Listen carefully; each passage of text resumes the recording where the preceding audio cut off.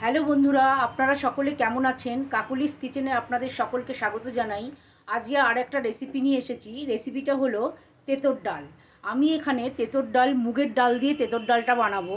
আমি মটর ডাল দিয়ে বানাচ্ছি না, মটর ডালেরও হয়।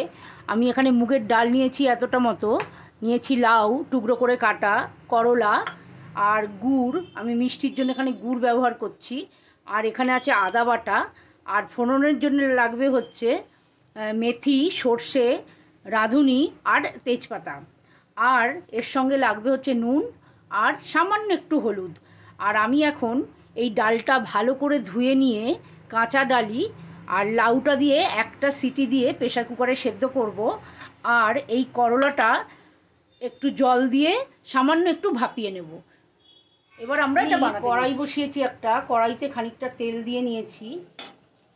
আর করলাটা আমি এই রকমভাবে সেদ্ধ করেছি, এরকমভাবে সেদ্ধ করে নিয়েছি, দিয়ে জল ঝরিয়ে রেখেছি। আর ডালটাও আমি সেদ্ধ করে নিয়েছি একটা সিটি দিয়ে। এরকম হয়েছে ডালটা সেদ্ধ করে।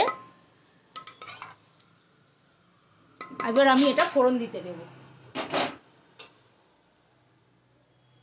আমি তেলটা গরম হয়ে গেছে, আমি এর মধ্যে করলাটা আগে দিয়ে দেব ভাজার জন্যে। দিয়ে করলাটা আমি ভাজবো, করলাটা ভালো করে ভেজে নেব। করলাটা ভাজা হয়ে এসছে। আমি এবার এর মধ্যে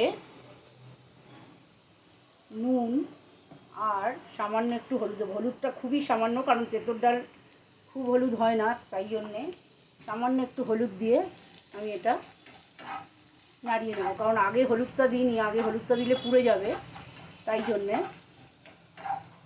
এবার আমি এটাকে সাইডে সরিয়ে দেবো, এরকমভাবে সরিয়ে দিয়ে এখানে ফোড়নটা দেব। রাঁধুনি, সর্ষে আর মেথি ফোড়নটা দিয়ে দিলাম। এবার ওখানেই দিয়ে দেব তেজপাতা।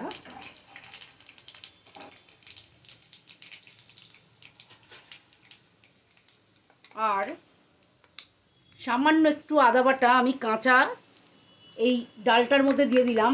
আর সামান্য একটু দিলাম এইটার মধ্যে ফোড়নের এখানে দিয়ে, করলাটা দিয়ে একবারে আমি এটা নেড়ে নেব। নেড়ে নিয়ে এবার আমি ডালটা এখানে ফোড়ন দিয়ে দেবো।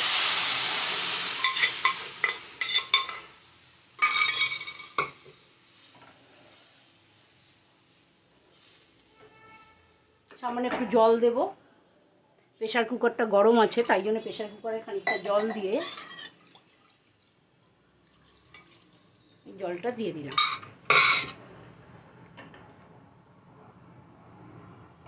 এবার আমি এর মধ্যে দেব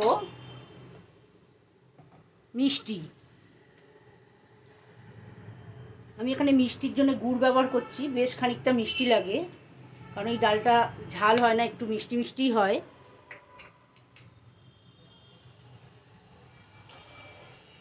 এবার এটা ফুটে উঠলে আপনারা নুন মিষ্টিটা দেখে নামিয়ে ফেলবো।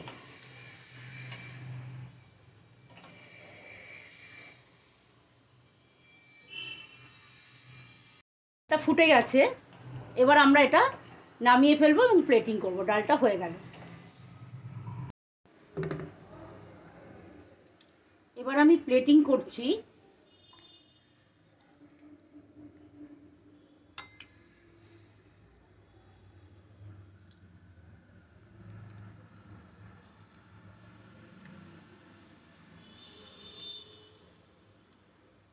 এটা গরম ভাতের সাথে খুবই ভালো লাগবে খেতে।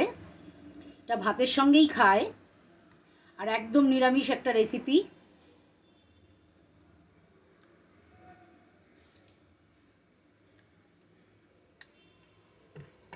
আর বন্ধুরা, আমার ভিডিওটা যদি আপনাদের ভালো লেগে থাকে তাহলে লাইক করবেন, আমার চ্যানেলটাকে সাবস্ক্রাইব করবেন আর বেল আইকনটা টিপে দেবেন, যাতে পরের ভিডিও নোটিফিকেশন আপনাদের কাছে পৌঁছে যায়। আর অবশ্যই রেসিপিটা বানিয়ে আমাকে কমেন্ট সেকশানে জানাবেন কেমন লাগলো। নমস্কার।